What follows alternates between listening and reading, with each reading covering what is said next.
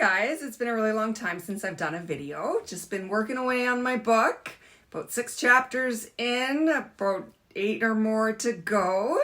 And then things are really going well with my fitness training, working from home. I've got a lot of GBS clients, which is amazing to be able to work with them and help them regain strength. Otherwise, yeah, things are going really well. I found working from home and being able to set my own hours has been wonderful for me. Very little fatigue anymore. So yeah, I'm feeling great, and I hope you guys are too.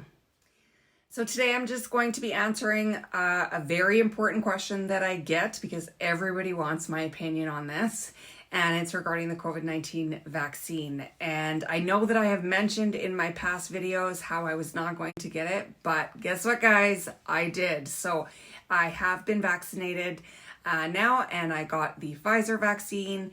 I've had both doses. I had a sore arm, and that was it. No other side effects or complications. Now, I know I said I was never going to get it, but I did. People change. People change their opinions and their views, and that's because I did a ton of research on the vaccine. I waited until it came out. I waited until millions and millions of people were vaccinated. As we know, GBS comes on usually 2 to 4 weeks after some sort of event. So, of course, yes, we are seeing cases of GBS being triggered by the vaccine, but it's not this astronomical, crazy amount. So nothing that we should be worried about by any means. Now, COVID-19 is also triggering cases of GBS more commonly than the vaccine, which is typical. That's what we see with the flu vaccine as well. So it's just something to think about.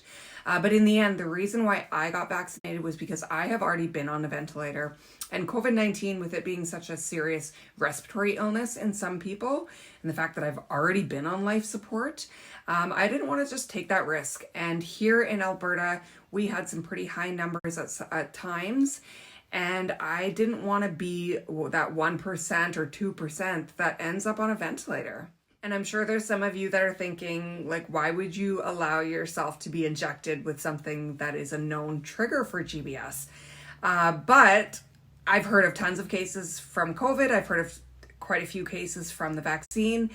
That being said, I have only heard of one single patient in the world. There may be more, but I have only heard of one person that got GBS a second time, and that was from the vaccine. So, we're talking probably 1 in a billion chances. So very, very low risk that I would get GBS a second time. The risk of me getting COVID and having a severe case, that risk was higher for me. So I weighed the risks, and that was the decision that I came to. Now, the GBS Foundation here in Canada and in the US, they both consulted their medical advisory boards, and they put out a statement recommending that GBS survivors do get vaccinated for many of the same reasons that I just mentioned.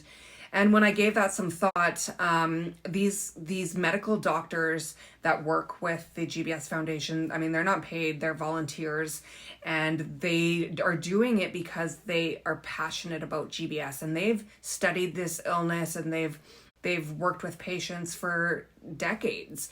And so I tend to want to believe what they say over some random person. And I do believe that they truly have our best interests at heart. So it's not a decision that I came to lightly at all. I gave it time, and I talked to a lot of people. I did my research. I did my homework. I talked to my doctor, and then I made my decision. And I also want to point out too, I had the mRNA, which is the Pfizer, or the Moderna, which is also recommended. I won't go into the details, but from what I understand, the mRNA vaccine is different. So that's what I had. And then I posted on social media, and yeah, I did get a little bit of flack for it. Some people were upset that I had changed my opinion on getting the COVID-19 vaccine. Some people were upset that I was sharing that opinion on social media, especially to my followers who are mostly GBS survivors, many of them that may have been injured by a vaccine already. But I really want to point out, this really is my personal opinion, my personal choice, and my reasons for getting it may be very different for your reasons for getting it or not.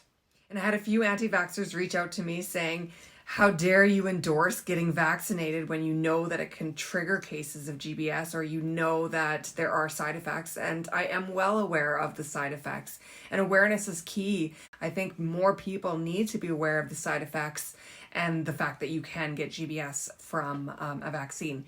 But you can also get it from a ton of different things, including childbirth, like with me, or surgery, or other illnesses as well. So in the end, it really is a personal choice. If you decide that you don't want to take that risk and you don't want to get the vaccine, then that's totally your choice. Just like it's your choice if you watch my video and see what happened to me after childbirth, that you may decide you don't want to have kids because that is a possible trigger for GBS. Or maybe you don't want to eat chicken anymore because the bacteria found in undercooked chicken is also a very, very common trigger of GBS. So it's just in comparison. In the end, do your research, talk to your doctor, talk to your neurologist, talk to the GBS Foundation, talk to your friends and family even, and then in the end, just follow your heart and do what is best for you.